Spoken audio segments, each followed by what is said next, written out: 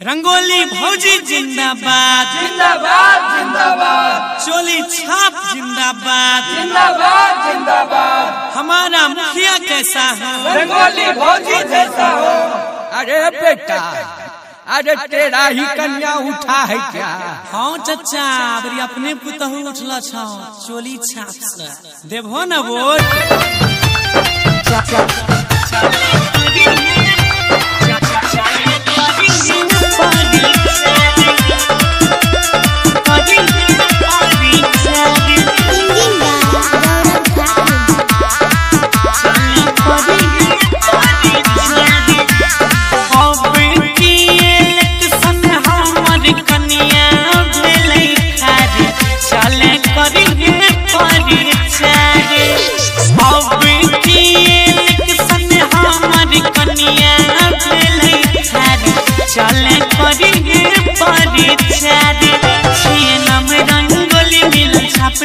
चली दही सब काके बोली रे, सब छौड़ावा के दे तोर जगह।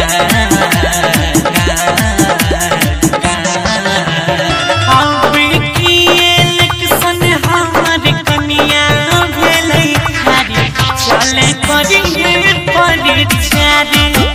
जीत जतौ तैयार के सिटा करबो अब की बारी, चले करे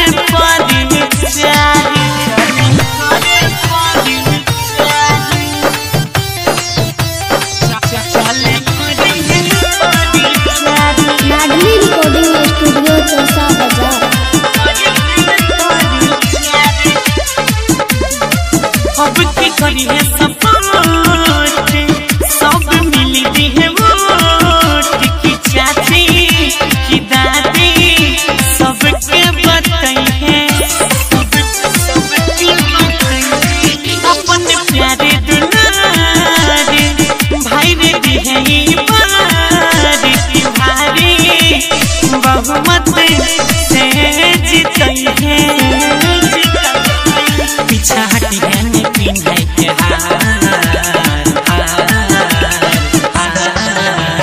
अब की इलेक्शन हमारी मौगी है छै खारे, चले करे परिचारी।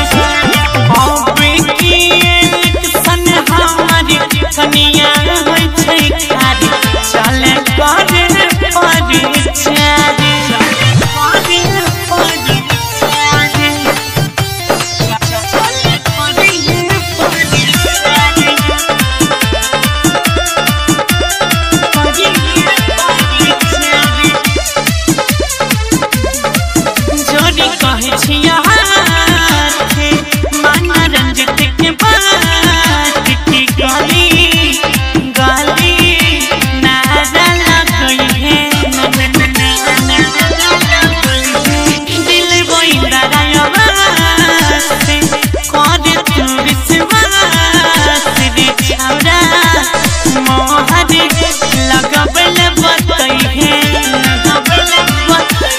गौरव के ले ली है